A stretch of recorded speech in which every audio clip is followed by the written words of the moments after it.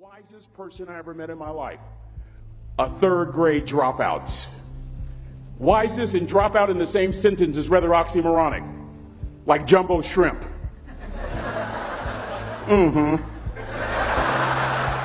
Like fun run. Ain't nothing fun about it. Like Microsoft Works. Y'all don't hear me.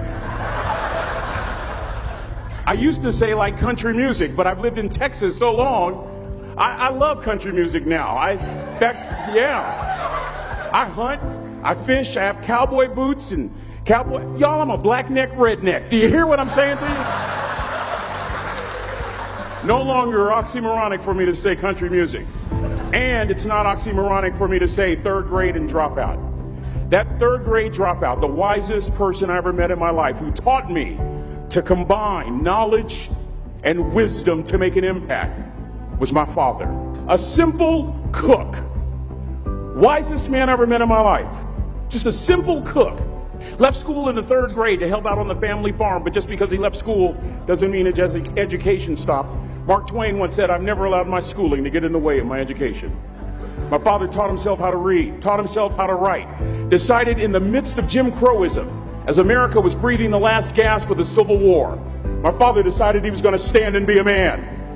Not a black man, not a brown man, not a white man, but a man. He literally challenged himself to be the best that he could all the days of his life. I have 4 degrees. My brother is a judge. We're not the smartest ones in our family. It's a third grade dropout daddy. A third grade dropout daddy who was quoting Michelangelo, saying to us, "Boys, I won't have a problem if you aim high and miss, but I'm going to have a real issue if you aim low and hit." A country mother quoting Henry Ford, saying, "If you think you can or if you think you can't, you're right." I learned that from a third grade drop. Simple lessons. Lessons like these. Son, you'd rather be an hour early than a minute late. We never knew what time it was at my house because the clocks were always ahead. My mother said for nearly 30 years my father left the house at 3:45 in the morning. One day she asked him, "Why, Daddy?" He said, "Maybe one of my boys will catch me in the act of excellence. I want to share 2 things with you." Aristotle said, "You are what you repeatedly do." Therefore, excellence ought to be a habit, not an act. Don't ever forget that. I know you're tough, but always remember to be kind. Always. Don't ever forget that. Never embarrass mama. Yeah. If mama ain't happy, ain't nobody happy. If daddy ain't happy, don't nobody care. But you know, I'm trying to tell you. Next lesson. Lesson from a cook over there in the galley. Son, make sure your servant's towel is bigger than your ego. Ego is the anesthesia that deadens the pain of stupidity. Y'all might have a relative in mind you want to send that to. Let me say it again. Ego is the anesthesia that deadens the pain of stupidity. Pride is the burden of a foolish person. John Wooden coached basketball at UCLA for a living, but his calling was to impact people. And with all those national championships, guess what he was found doing in the middle of the week? Going into the cupboard, grabbing a broom, and sweeping his own gym floor. You want to make an impact? Find your broom. Every day of your life, you find your broom. You grow your influence that way. That way you're attracting people so that you can impact them. Final lesson. Son,